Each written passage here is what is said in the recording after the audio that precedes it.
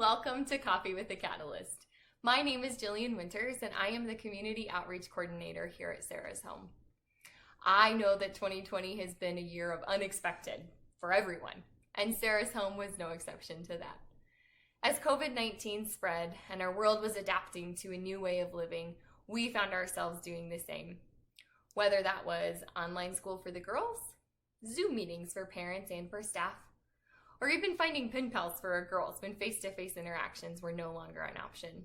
We, along with all of you, learned new inventive ways to stay connected and to make sure our girls stayed connected as well.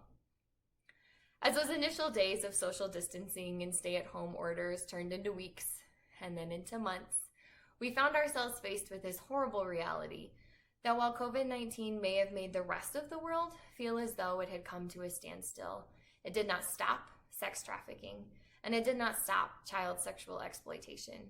In fact, in many cases, it actually made it worse. Kids who were already vulnerable were put in this higher risk as traffickers began to prey on that increased vulnerability that COVID-19 had caused. So we asked ourselves, what were we going to do about it?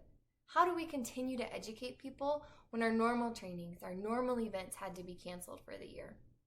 So we sat down. We started brainstorming. We started dreaming. We started thinking of new ways that we could connect with people this year. And out of those sessions, Coffee with the Catalyst was born. I know that 2020 looks so different from what we thought it was going to look like for Sarah's Home. I also know that this is going to look and feel very different for those of you who have been able to join us for our events in the past. But we are trusting and we know that our God is still sovereign, He is still good, and that He has a great plan. So over the next several months, divided over 3 sessions, we're going to be sitting down with Jennisue, who is a survivor of child sexual exploitation. As she shares her story, we're going to have the opportunity to see inside the life and the heart of a survivor of this terrible evil. We're also going to get to hear from several different people who are involved with Sarah's Home. As we get to talk with them, we get to see inside what a typical day at the house looks like for one of our girls. So we hope that you'll feel as though you're sitting down with us. Maybe you have a cup of coffee in your hand. And that even though we're talking about really hard and difficult things, that you will see and that you will know that there is always hope through the grace and through the love of Jesus Christ. And that is why Sarah's Home exists. You will notice that throughout our time together, on the right side of your screen, there is a Q&A panel. Please feel free to type in any questions that you have, and then at the end, we will be joining you to answer as many of those questions as we can. So we hope you can sit back, grab your cup of coffee, and we hope that you enjoy Coffee with a Catalyst.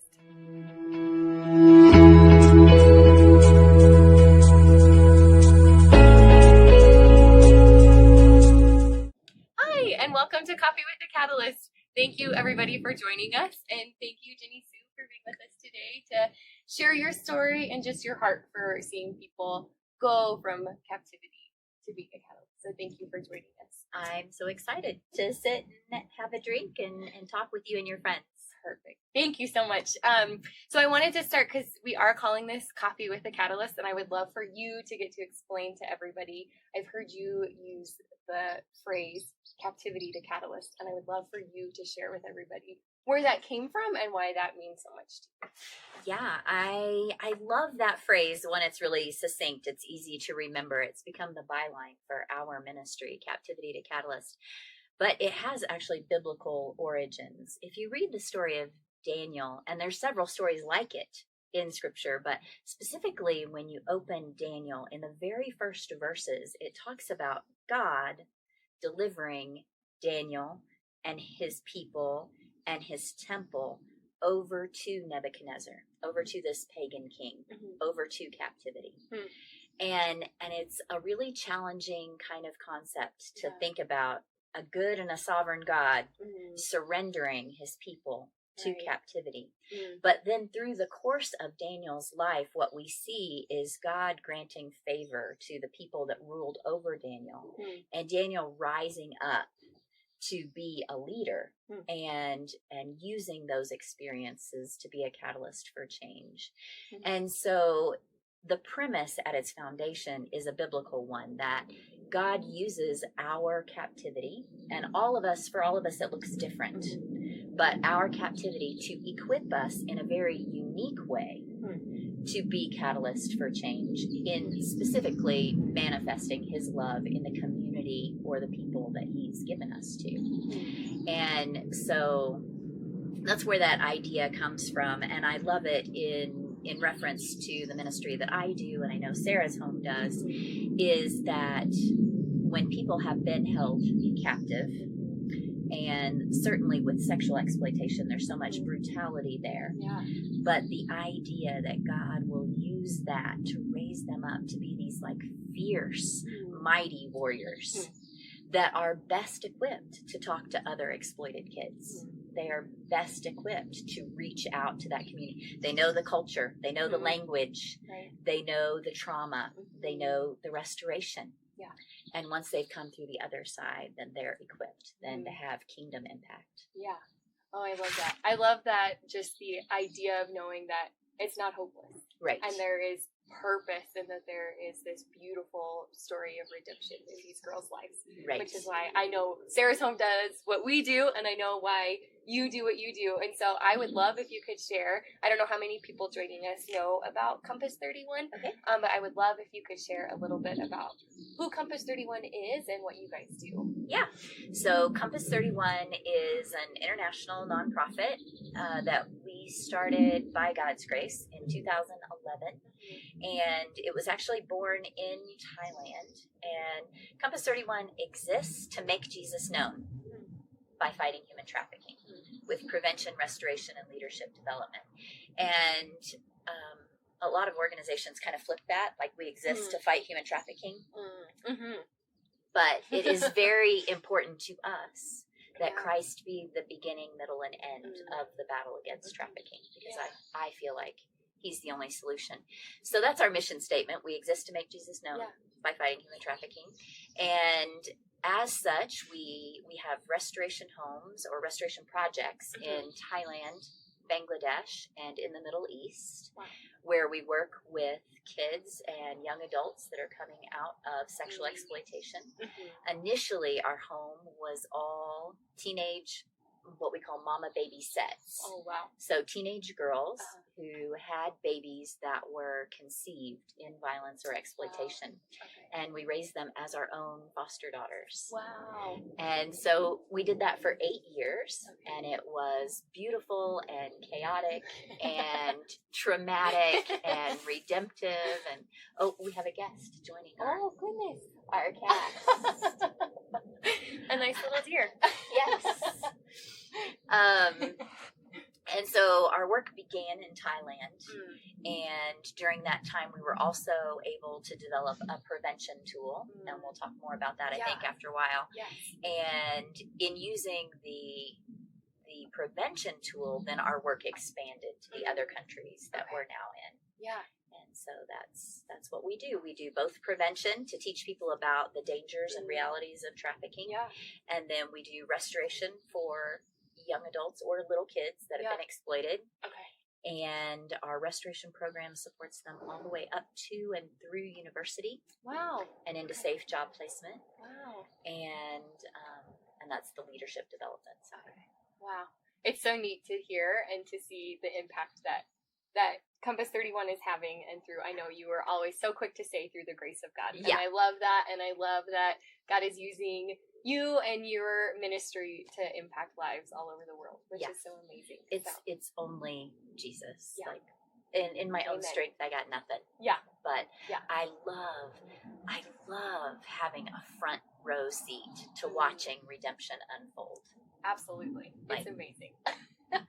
Yeah, absolutely. And I think what is so neat, and I've heard you share your story before, is to know that you do get to share these things, and because you have this story that started with being exploited when you were a child. And so I would love if you would share with everybody today kind of what that looked like. Where did that story begin, and what did, to kind of help give us a picture of what does child exploitation look like, especially here in the U.S. where people don't necessarily think it happens or think that it is something that only happens in Thailand. So if you would share kind of Yeah. that beginning of your story. Yeah, just actually popped in my mind when you were asking that question is a verse from Joel chapter 2, when God promises that he will restore the years the locusts have eaten. Oh. And I have a lot of years that the locust devoured. Yeah. A lot of years of trauma. Absolutely. And now I get to be on the other side and watching redemption in my girls again and again, like abundantly, exceedingly restores what was taken. And so that is such a profound gift of grace. That is powerful. And thank you for sharing that, because that is so powerful to hear that and to know, like, man, our God is so good. Yeah, that wasn't part of my planned response. That just in the transition popped into my mind. Yeah. And it is true. There were a lot of years in my childhood that were really traumatic. Yeah. My grandfather is the villain in my story, and he started selling me to other men for sex when I was 4. And the very first day that happened at 4, he had taken me to the train yard where he worked, and all day long I was this 4-year-old little pixie with pigtails prancing around and being the princess to everyone. You know, everyone just doting on me and giving me candy and delighting in this little girl, like, why is she in the train yard? Yeah. But I spent the majority of the day with one guy in particular, and his job that day was to move the cars back and forth in the train yard, kind of like a giant jigsaw puzzle. Like, I don't understand what was happening, but it was back and forth, back and forth. And so I got to sit on his lap and drive the train. And I got to pull the whistle, and the delight and the power for a 4-year-old. You know, it was an amazing day. Yeah. But late in the afternoon, I started getting grumpy and tired, as 4-year-olds do, you know, and my grandfather took me to leave. But what followed that was a second encounter with the engineer that I had spent the day with.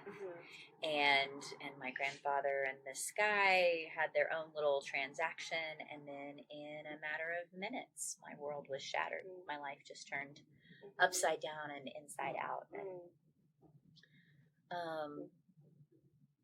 devastating. There's not, you know, we don't have to go into any gory details to understand that as a 4-year-old, it was devastating. And after the unthinkable had happened, my grandfather wrapped me in a blanket, put me in the back seat of the car to take me home.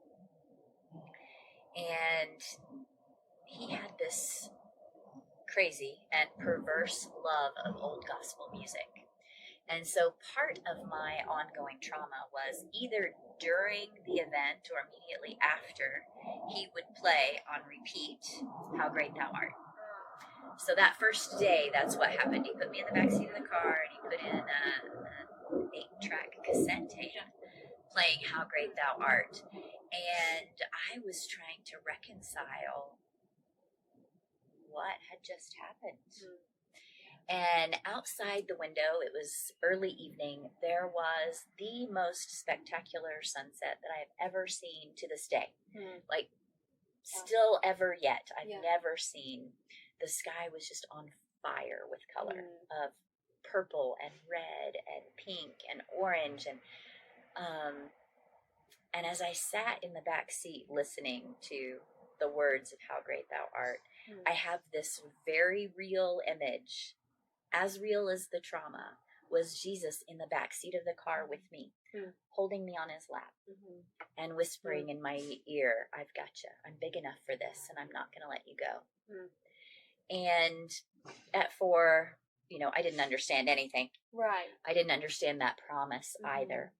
But I knew his presence, and he held me tight in the midst of life-altering trauma. And so the abuse continued, unfortunately, for several years. So by kindergarten, I was praying every night. Instead of now I lay me down to sleep, I pray the Lord my soul to keep. I was praying every night that God would just let me die. Like, please, please, please. I made all kinds of promises. Please, please, please, just don't let me wake up in the morning. And lots of guests. close to the Air Force Academy. Yeah. Lots of people joining us today.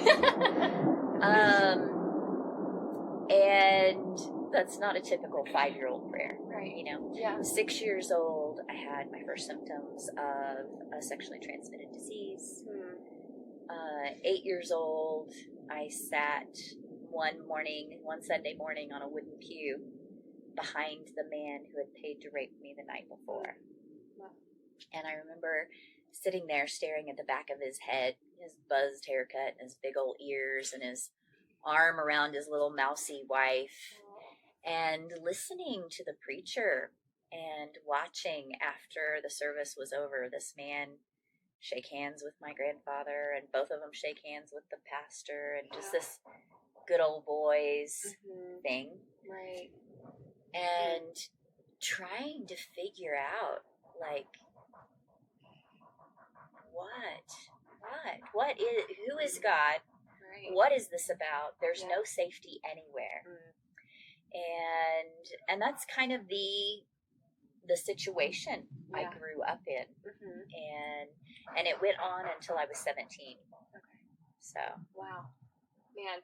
And I think I've heard you share your story a few different times, and I think what stands out to me when I hear your story is that you were still a kid going to school. You were, and I've even heard you say, like, you were involved in different activities. You were a straight A student. Like, you were still involved in everything.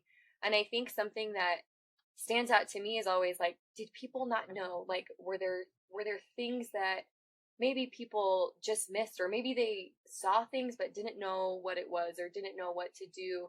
And I'm wondering if maybe you could share a little bit with us, like, was there something that maybe someone might have seen that would have alerted them? Yeah. And for us as people in the community, are there things we could be watching for that might say, hey, something's off, that a child might be being exploited? Right. Yeah, I think there's a twofold thing in answering that. One, a child who's being traumatized often will have a reaction to compartmentalize the abuse, just to survive it, because the brain cannot reconcile. It can't make sense of this situation. Right. And so God has strategically, exquisitely designed the brain to shut down when certain traumas are happening, and then kind of encapsulate it. Okay. And so because of that, a child who's traumatized can then the next day get up and go to school, and it's like whatever happened was a bad dream. Right. And so for that reason, I think a lot of abuse goes undisclosed. Right. Now, most traumatized kids are going to have behavioral symptoms in school. Inability to focus, inability to sit still, symptoms of injury, things like that. But in large part, they will also conceal, not deliberately, but because their brain is protecting them, the trauma that's happened. Okay. So sometimes it makes it really hard to detect. Yeah, yeah. So that is one piece of the puzzle. The other piece is a lot of times people see something, and for whatever reason, they're afraid to get involved. A mistrust of the system, like foster care would be worse. Or if I accuse these people of doing something wrong and nothing's happened, I'm going to look bad. Right. And so we tend to just keep our mouth shut. Right. So in my case, there were a few instances. My parents, people ask all the time, where were your parents? And my parents, they did the best they could. They loved me the best they could. Right. But my dad was an alcoholic, and my mom was addicted to my dad. And so when things were in crisis at home, they sent me to my grandparents. And my grandparents lived 3 hours away, which gave my grandfather a lot of access. And And so really, I think my parents were in their mind doing the absolute best thing that they could do, Right. dealing with the crisis at home. Right. But there were a few key events in my childhood. One, when I had the symptoms of a sexually transmitted disease, it was actually my first grade teacher Oh, wow. that recognized that. Oh, wow. And she called my mom, and my mom took me to the doctor. Wow. Yeah. There was an event when I was 9 years old ish, 8, 9, somewhere in there, that was particularly traumatic, and it left me in a clinically catatonic state for a few days. Oh, wow. And at that point, my mom took me to a pediatrician who was our next door neighbor. Okay. And they went round and around, and I knew him as Grandpa Dennis. He was a good guy. He was the pediatrician next door. One of the few men that I knew growing up that was wholly trustworthy. But this pediatrician, they have this conversation, and he said, I don't know, give it a week, and if she doesn't snap out of it, we'll put her in the hospital. Oh, wow. Okay. So there were key events. Right. And even at that point, my mom, recognized, okay, something's really not okay here. Right. And she and my dad had several discussions in leveling degrees of intensity. But they came to the conclusion that they didn't know what happened, and they didn't ask me. Okay. They didn't know what happened, but I couldn't go back there. And so that could have and should have been a really good thing. Yeah. Except that same summer, my dad quit drinking, which is an awesome thing. Right. He got involved in AA and started recovering from alcoholism. But they felt like they needed a new start. And so we moved home to the town where my grandparents lived. Right. And so access was then different. It was more immediate, but it was also more covert. Right. And so the abuse didn't stop, even though they said she can't go there anymore. Now we were living in the same small town. Yeah. Yeah. Hearing you talk, it sounds like there are these little things, but it's hard to kind of put a finger on with a kid. And I like how you talk their kid's brain encapsulate that trauma and can still look like a normally functioning child in so many ways. Right. With this as well. But that there are still these things that maybe can be red flags for people when kiddos or even teenagers, something seems off. So I know we get asked this a lot. If there is something that someone maybe suspects, or they're like, gosh, this just something seems off, and maybe they can't put their finger on it either. What would maybe be advice you could give people of what to do? What would you say? Yeah.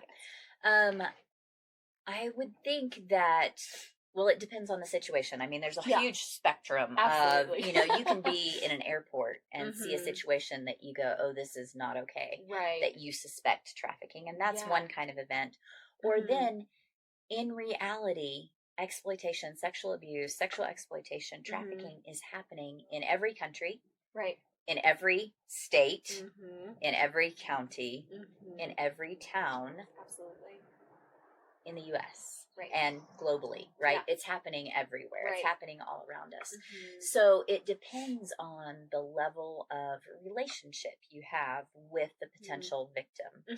So if you're a school teacher, if you're a nurse, if you work in a clinic, if you are the school counselor, if you are the next door neighbor, and you have the opportunity to build relationships in a safe, healthy way with parents' permission.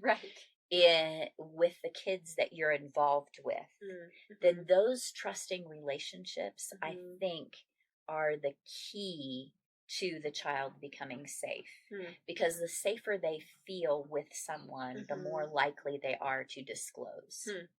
And so, for example, if you're just the next door neighbor and the kid next door comes over a couple of times a week to help you in the garden, and then all of a sudden they stop coming, or they come, but they don't talk anymore.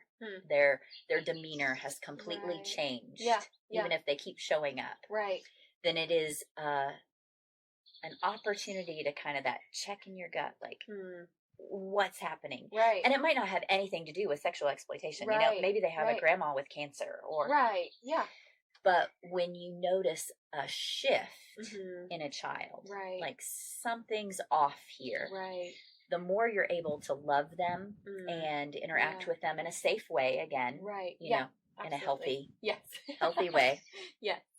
the more likely they are to disclose that I feel unsafe, I feel uncomfortable, and then take action. Mm-hmm. And in any cases of suspected trafficking, you know, one of the things I brought my phone is right now people can, where is it?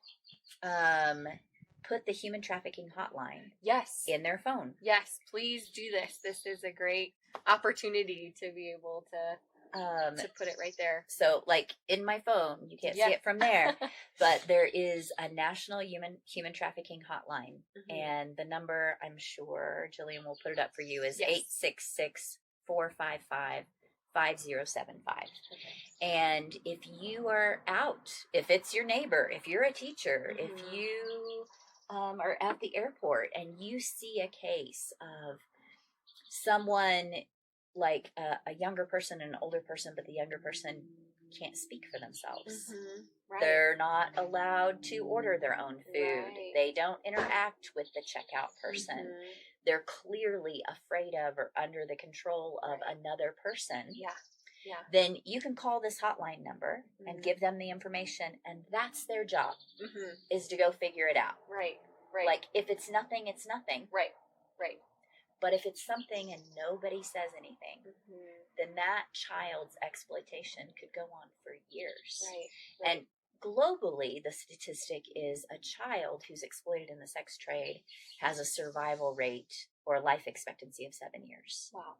Before they die of disease, exposure, or abuse. Wow.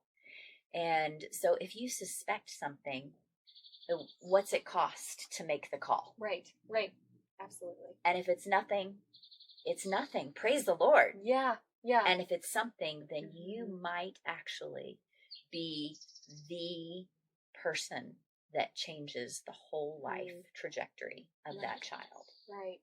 That is so huge. I love that you spoke to that, because I think there are a lot of times people are like, I don't know, what if I do it, like you had mentioned before, like adult, like I don't want to get involved because what if it's nothing and I don't want to be like, but what if it is? And you do get to be, and you get to help stop that. And I think it's so important and it is the hotline's job to then decide. It's not your responsibility or job to know for sure what's happening. It is your responsibility to call. Yeah. And that's your piece that you can play in it. And so I love that you mentioned that. Yeah, the determining the facts of the case, that's like above your pay grade. Right. Like you don't have to know what's happening or who's doing it. Right.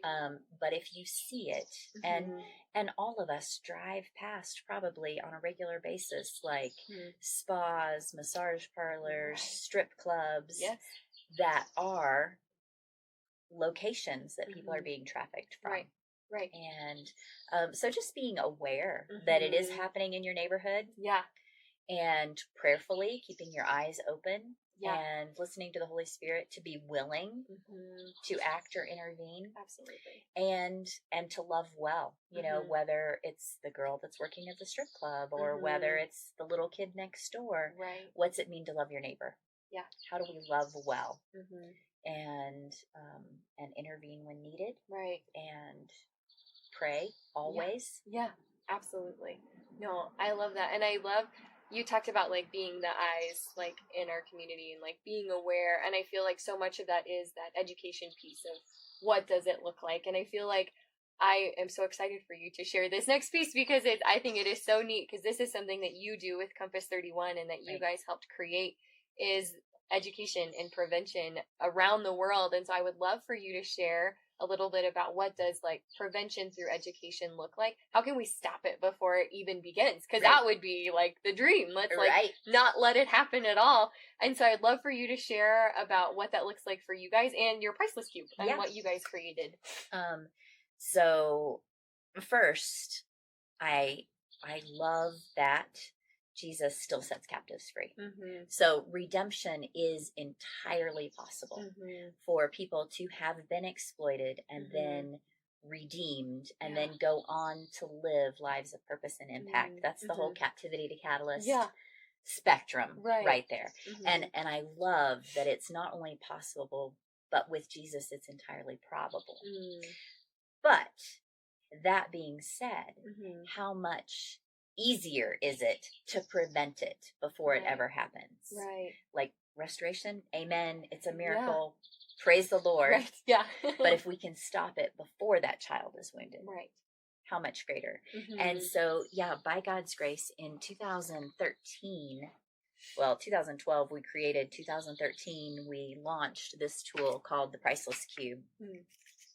And it's this handy dandy little gadget that in pictures tells a story explaining the risks and the realities of human trafficking. Mm-hmm.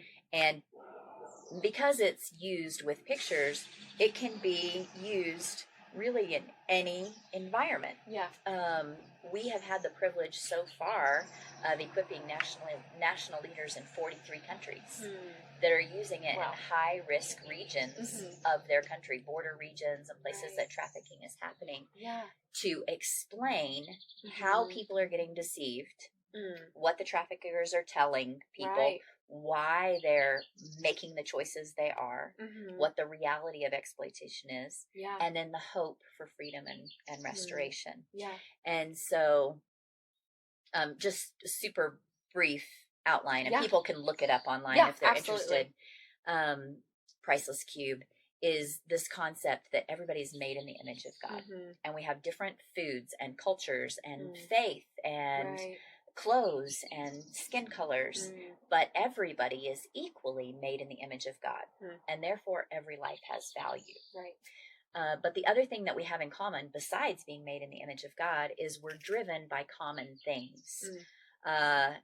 And these common things actually drive a lot of the decisions we make. We need money, and we need money to provide for our families. We may want a bigger house. We may want the new phone. We may want to just pay medical bills. But economics and education, and globally and in the U.S., this applies to both education specifically about human trafficking, but also education so you can have a gainful employment. Because if you are uneducated, if you're 8 years old in Southeast Asia and can't read or write, but are sent out to be the breadwinner for your family, there's very little opportunity for you other than sexual exploitation.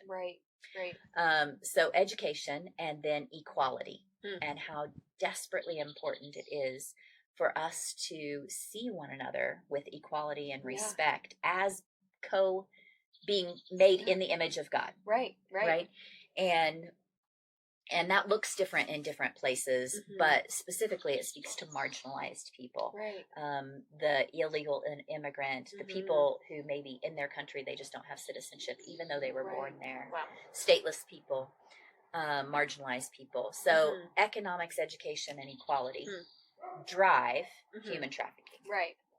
And then we trust certain people, we trust religious leaders, we trust romantic partners, we trust aunties and neighbors that take care of us when we're little. And wealthy businessmen, trust isn't really the right word, but we want to believe what they have to offer. They have the status, they have the money, they have the power.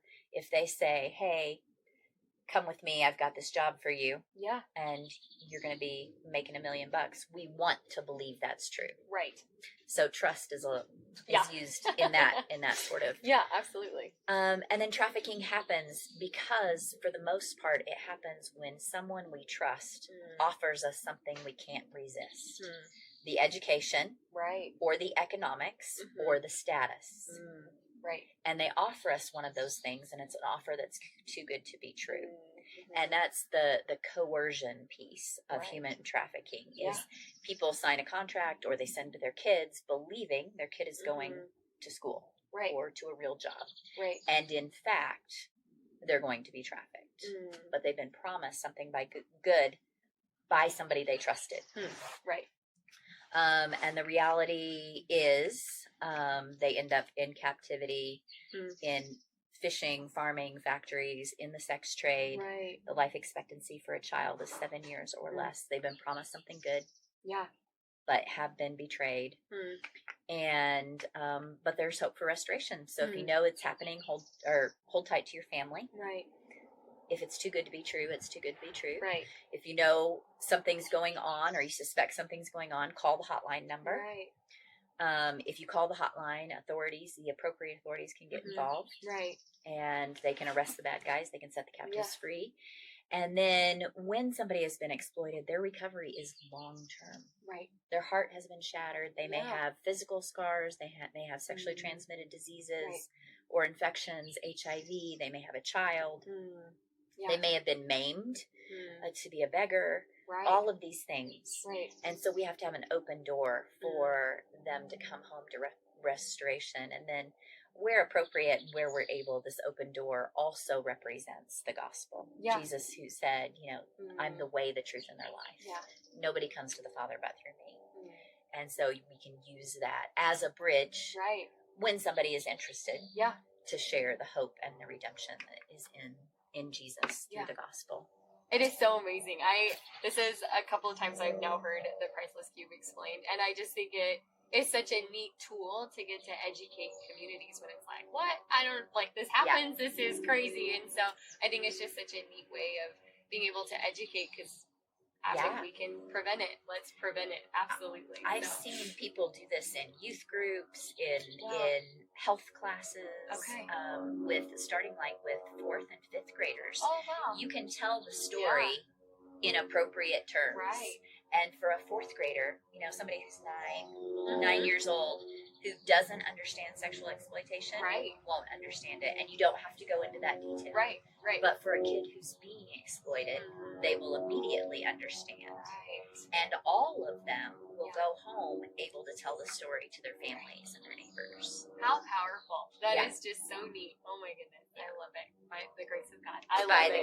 By the grace of God. It is so neat just to see and to know that God is using this tool to set captives free and to also help prevent them from being captive in the first place. And so, thank you so much for sharing about the Priceless Cube. And we are actually now going to go ahead and transition. You guys are going to now hear from Vicki Prophet, who is the director at Sarah's Home, and she is going to be sharing with you guys really who Sarah's Home is and what Sarah's Home is doing to help combat human trafficking and to help see these girls restored as they are coming out of this exploitation.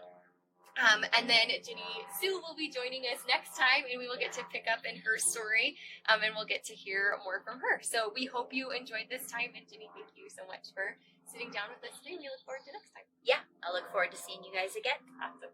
Thank you.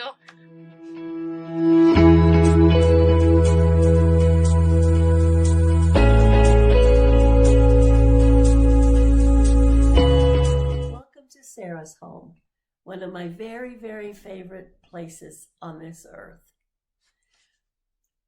In 2017, the Denver Post had an article about a 5-year-old little girl and her 3-month-old little sister who had just been rescued from sex trafficking. They were being sold for $600.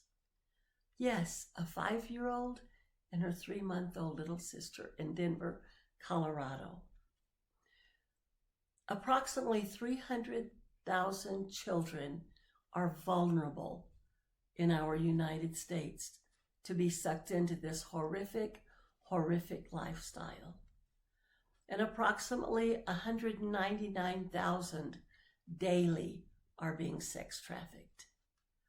It's been said by Jeff Rogers, the co-founder of the United States Institute Against Human Trafficking, that the U.S. is the #1 consumer of sex worldwide. We are driving the demand as a society. A teenage victim will earn $2,000 to $3,000 per night for her pimp. And if she doesn't meet her quota, she's starved, She's electric shocked. She's put into a kennel with a dog and his feces. She's suffocated for a short time. The penalty is horrible for these girls. A very simple definition for sex trafficking is forced sexual exploitation, or modern day slavery, sex slavery. We often think that oh, this happens in another country, or they bring them over here, but no. 85% of the children who are being trafficked in our America were born and raised here. The average age of a child being thrown into this wicked, wicked world is 11 or 12-year-olds. Do you know an 11 or 12-year-old? They're just a baby. They're a child. Unless the family does it. And the average there is 5 years old or less. Sex trafficking is the second most profitable illegal trade in our United States. Second only to the drug trade, but it's quickly growing because, you can sell a little packet of drugs only once. You can sell a little girl over and over and over again every night. Pornography is one of our children's worst enemies. If a girl is thrown into the life, she will have over 800 different sex partners in a year. Jesus Christ is the only hope for these children. Only He knows their hearts, and only He can heal them. The FBI calls out to us, every child is vulnerable. Your child is vulnerable. The good news is we have a Sarah's Home. Sarah's Home is a Christ-centered, licensed home in Colorado for teenage girls ages 12 up to 18 who have been rescued from sex trafficking. We offer everything. We're an amazing, amazing program. We offer medical care when they first get here. We take them and get everything checked out. Their body, their teeth, their eyes.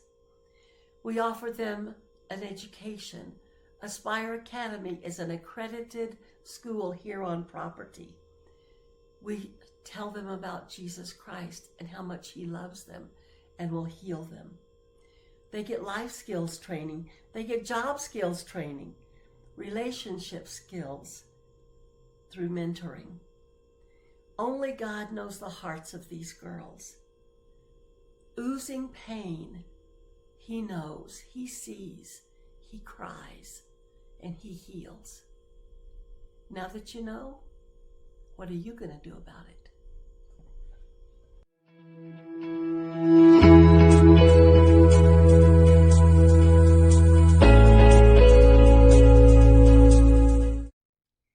Thank you again for joining us. We hope that you guys enjoyed our time with Jennisue and with Vicki. We are going to be jumping over to a live Q&A session, but we also wanted to make sure for those of you that maybe need to jump off early that we get some information out to you. First of all, Jennisue mentioned the national hotline number. I just want to make sure we repeat that for anybody who missed it. This is a great resource to have. You just never know when you are going to need it. So please get your phones out and put this number in. That number is 866-455-5075. Again, that number is 866-455-5075. If you would like more information about Sarah's Home, or really just human trafficking in general, you can visit our website at sarahshome.us. We have a lot of really great resources there for you guys. We'll often have people ask, how do I get involved? How do I help support Sarah's Home? And first and foremost, we ask that you pray. Pray for Sarah's Home. Pray for our girls. Pray for our staff. We believe that your prayers are powerful, and we believe that your prayers are what help keep Sarah's Home going. If you don't already and you would like to receive our weekly prayer request emails, you can sign up for those under our contact tab on our website. It's at the bottom of that page. Also on our website, you'll find our Give tab, which is where you can give financially, as well as find current needs that we update frequently that we have for the house and for the girls. We also recently just launched sponsorship opportunities with Sarah's Home. So if you're a business owner and you would be interested in learning more about becoming a sponsor with us, please feel free to check that out under the sponsorship tab, or you can also email us with more questions about what that might look like. And then today, shortly after we finish, you will be receiving an email that will have a link for you to be able to watch the recording of today. Please feel free, watch it as many times as you want. Or if you want to share it with people, please feel free to share it with people. Our next time together is going to be September 30th at 10 a.m. We're going to pick up in Jennisue's story. We're also going to have the opportunity to speak with several different people who work at Sarah's Home, who work with the girls, and get to see inside what a typical day at our home looks like for our girls. You will be receiving an email invitation with that link to register, similar to how it worked for this one. So please, again, feel free, register for that, check your emails, and also feel free to share those email invitations if you have anybody who hasn't received it. So now we're going to go ahead. We'll jump over to that Q&A session, but for anybody that needs to jump off, we thank you so much for taking your time to spend with us this morning, and we hope that you enjoyed Coffee with a Catalyst.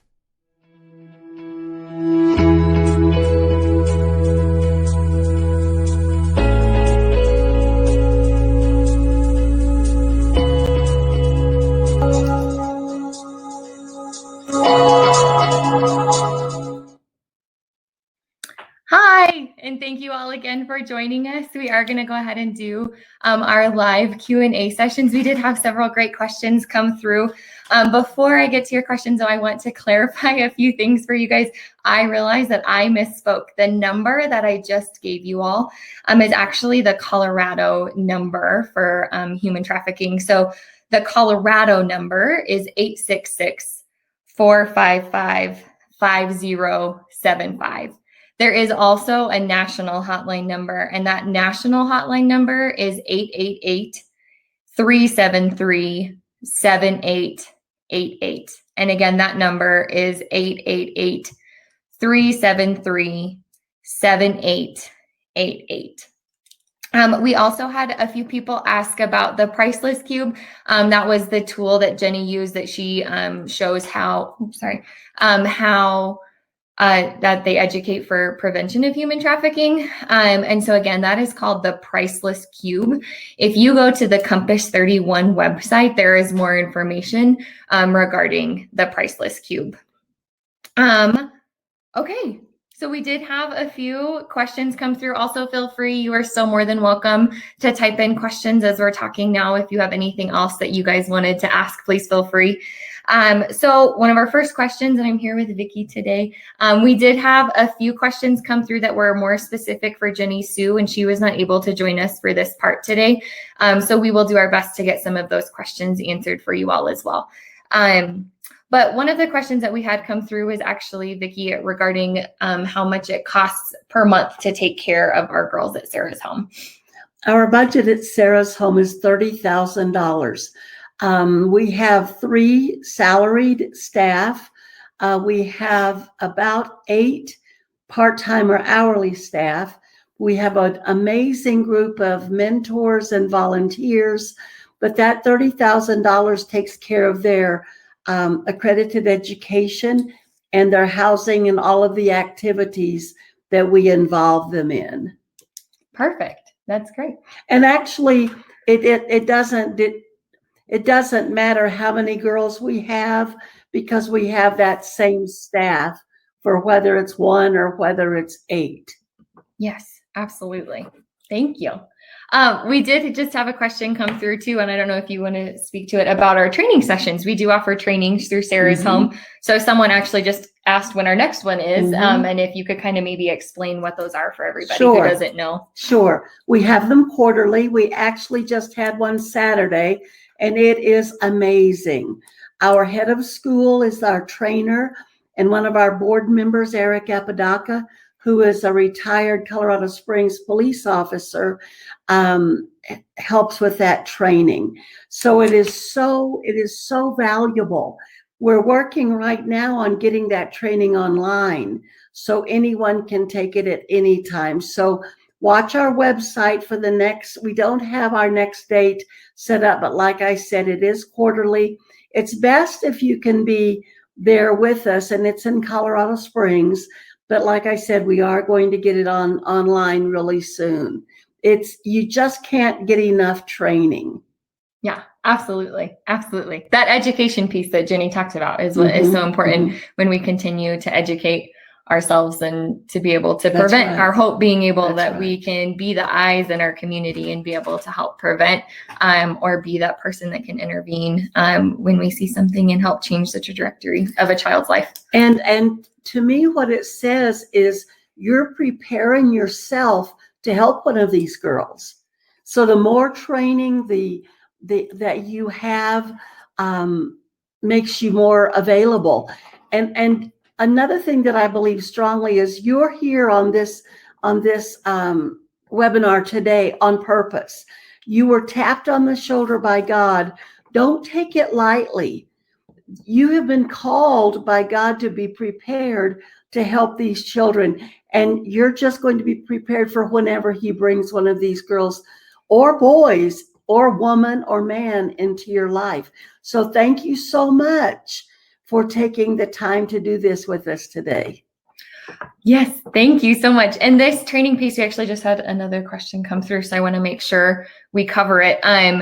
Someone asking kind of what's covered in our training. Is it like about identifying people, or kind of what is involved in some of our training? It's all of that. But the morning is identifying, telling you more about the need. The police officer tells you about what it looks like on the street. And then the afternoon is more what you can do, insight into how it affects the girl or the child or the person, the trauma, and that insight into that. So it's very it covers many areas that are valuable. It's a really heavy day because you don't want to hear the facts. You don't want to hear what it does to our children. You don't want to hear what it does to their brain. But that's part of equipping you to help whoever the Lord brings into your life. Yeah, absolutely. Yeah. Thank you. Yeah, that definitely covers kind of what that day all entails, because it is a big day for sure. So I have a few questions just to repeat a few things. So just in case anybody is waiting for those, I want to make sure we get those out. So one question to repeat those phone numbers again for you all. So the national phone number again is 888-373-7888. And the Colorado number is 866-455-5075. Put that in your telephone. Yeah. I have it in my telephone. I live in the Colorado Springs area. And one winter evening, I was at a grocery store. And as I left the grocery store, a young lady, probably 18, 19 years old, asked me if I wanted to buy something. And I said, no, thank you. But the man who was behind me, she offered something different. And because of my training, the red flags went up. And so one thing that's important is if you think this is happening, don't go to that person, because her pimp may be nearby, or the bottom, who's the head girl, may be nearby, and she may be getting in big trouble if you do. So I went to my car and I called one of those hotlines. I didn't have the hotlines in my phone yet, so I called 911. Yes, they answered, asked me what my name and number was. And I also had the fear of, what if I'm wrong? That doesn't matter.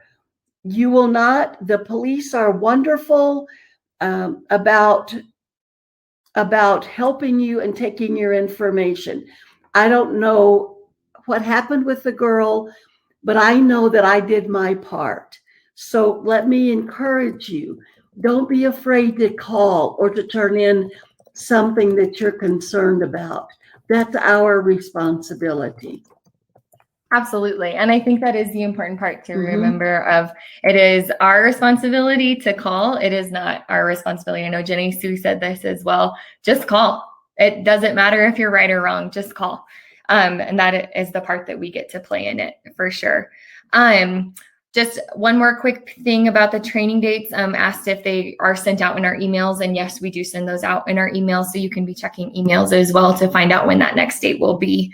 The other thing we had asked if we could go back over was regarding where the prayer list is on our website, where you can sign up for those. So on our website, and actually after this webinar ends, you should be redirected to our Sarah's Home website. So if you aren't and you would like to be, you can go over and sign up for those emails. Under our contact page tab on our website, down at the bottom, there's a place where you can sign up to receive our weekly emails. And emails or prayer requests? The prayer requests. Yeah. And I'm the one that does that. And it's real prayer requests of things that are happening right now. And let me tell you that your prayers are vital to this ministry. So please don't take that lightly. We sure don't. Yeah, absolutely. Absolutely. Okay. One other question that we had asked was in regards to why someone might not tell that the abuse is happening. So like in the case of Jennisue's story, it went on until she was 17. So why might someone not choose to say something before that? It happened for 13 years. So what might stop somebody from saying something, if maybe you could speak to that? Sure. Intimidation of I'll tell, or we had one lady who was part of our staff for a while, and her sister had gone to a friend's house where they began trafficking her. It was a single mom in their home, in the two girls' homes, and her sister began trafficking. They began trafficking her sister. And whenever she wanted out, they said, no, or we'll go get your other sister. We'll go get her and we'll get her involved. So intimidation, fear, shame. I had one lady tell me one time that when her mother was younger and born or on a farm, she was 5 years old and went to the barn, and her two brothers raped her repeatedly. When the girl came running back to the home and told her mother, the mother said, don't go to the barn anymore. There are so many levels that keep the truth from happening, so many levels that keep the child from being helped or getting out of this. It's just amazing, the intimidation and the shame and the fear that rages. Mm-hmm. Yeah, absolutely. And that's what I would speak to, the same of that. Mm-hmm. It's that intimidation piece, or maybe they have tried to say something in the past, mm-hmm. And they were beaten. They were mm-hmm. like choked out. I mean, so mm-hmm. many terrible things that I have heard these girls say when they have mm-hmm. tried to do something. And so I think that intimidation piece, it keeps them there. Yes. Mm-hmm. One of our speakers at one of our galas last year told about the fact that she had been trafficked by her father. And it wasn't since she was very young, and it wasn't until she was 14 and in health class that she realized it wasn't normal. Whenever they discussed it in health class, and her friends' jaws dropped, and she looked at her friends and thought, doesn't this happen to everybody? So there's many reasons that a girl doesn't cry for help. And we've discussed it also. Often a teacher has realized something is going on and approaches the child. So again, I can't tell you enough about how you need to get educated so you're ready to help these children. Yeah, absolutely. And kind of along those lines of this education piece, we did have a question come through, and I know I've been asked this before too, about the Taken movies, and asking if that is realistic. And so for those of you that have seen the Taken movies, I've only seen one of them, but it was enough to know that while yes, that is true, that yes, it can happen where someone is taken, truly just taken off the streets in like a moment kind of notice, and their whole world is changed. A lot of times what we'll actually see is what we call Romeo pimps, where they actually groom kids. They groom these individuals, and they get them to trust them, because if they trust them, they're held in this different kind of bondage. They don't need chains. They don't need ropes to hold these girls captive. They are held captive emotionally because they have preyed on their vulnerability, and they seek these kids who might have maybe issue, like maybe they don't have good figures in their life. They're very insecure. Maybe they have.